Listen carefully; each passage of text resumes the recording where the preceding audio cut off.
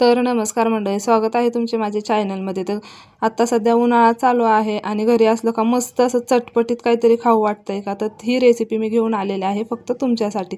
तर काय करायचं, इथे मुरमुरे घ्यायचे, कांदा बारीक कट करून घ्यायचा आहे,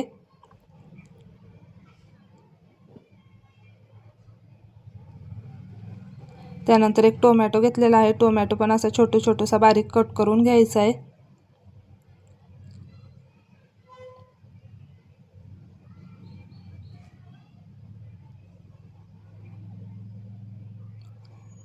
त्यानंतर आता एक उकडलेला बटाटा घेतलेला आहे, बटाटा पण असा बारीक कट करून घ्यायचा आहे आणि बटाटा ह्या रेसिपीमध्ये अवश्य टाकायचाच आहे। बटाटा म्हटलं तर ह्या रेसिपीची जान आहे बरं का।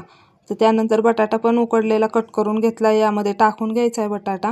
त्यानंतर आता लगेच गॅसवरती दुसऱ्या साईडला पॅन ठेवून घ्यायचा, पॅनमध्ये असे शेंगदाणे टाकून घेतलेले आहे, शेंगदाण्याचे असे 2 तुकडे करून घेतलेले आहेत मी। आता इथे झालमुरीसाठी आपण तिखट शेंगदाणे पण घरीच बनवून घेणार आहोत। तर त्यामध्ये थोडंसं तेल टाकायचं, थोडीशी लाल तिखट टाकायची आणि मस्त असे आपले शेंगदाणे छान असे परतून घ्यायचे आहेत। खूप जास्त परतायचे नाही, तर मग लाल तिखट आपली करपते।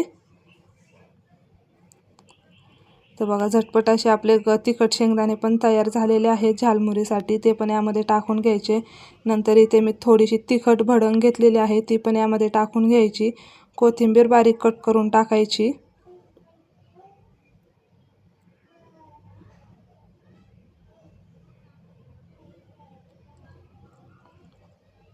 नंतर असा मस्त चटपटीत टेस्ट येण्यासाठी थोडासा असा चाट मसाला टाकून घेतला आहे, थोडीशी लाल तिखट टाकून घ्यायची आहे। इथे हवं असेल जास्त तिखट तर हिरवी मिरची कट करून टाकली तरी पण चालेल।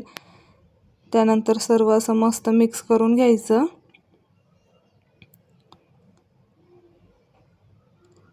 आणि रेडी झालेली आहे आपली झालमुरी। मूळची ही रेसिपी कुठलची आहे मला कमेंट करून नक्की सांगा। व्हिडिओ आवडला असेल तर व्हिडिओला लाईक करा आणि आपल्या चॅनलला सबस्क्राईब करून घ्या। ही जी झालमुरी आहे मी पहिल्यांदाच बनवली आणि पहिल्यांदाच खाल्लेली आहे, खरंच खूप म्हणजे खूप अप्रतिम याची चव झाली होती आणि घरात तर सर्वांना खूप आवडली, माझ्या मुलांना पण माझ्या आहोंना पण।